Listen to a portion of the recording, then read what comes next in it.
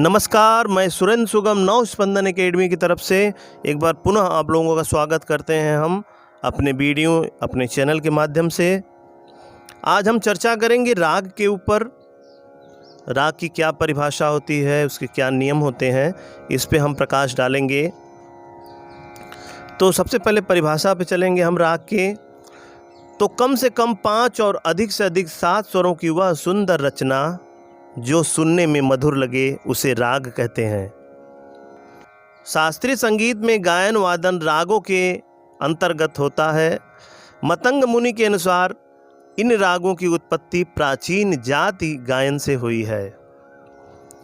स्वर वर्ण से विभूषित वह विशेष ध्वनि जो श्रोताओं को आनंदित करे उसे विद्वानों ने राग कहा। राग भारतीय संगीत की विशिष्टता तथा भारतीय संगीत की पहचान है।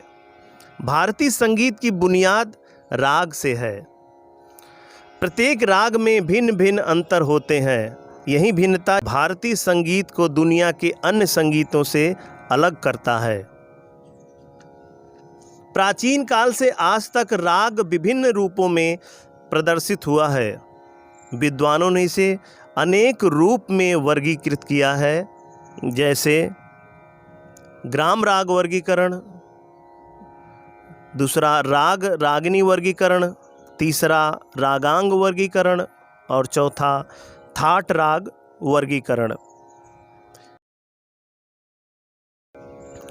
अब चलते हैं हम राग के लक्षण की तरफ। तो रागों के 10 लक्षण माने गए हैं। प्राचीन काल में जाति गायन का जो लक्षण माना गया था वही लक्षण रागों में भी माना गया।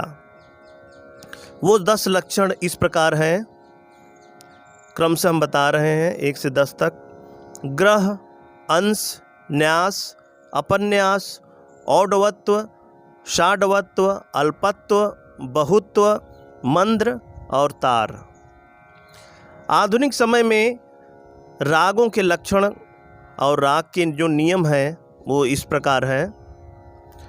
प्रत्येक राग किसी न किसी थाट से उत्पन्न माना गया है, जैसे राग भूपाली कल्याण थाट और राग मालकंस भैरवी थाट से उत्पन्न माना गया है।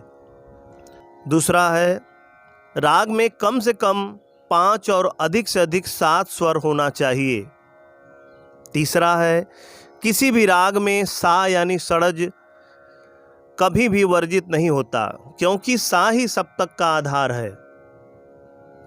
चौथा, प्रत्येक राग में मध्यम यानी म और पंचम यानी प एक साथ वर्जित नहीं कर सकते, यानी दोनों में से एक लगना आवश्यक है।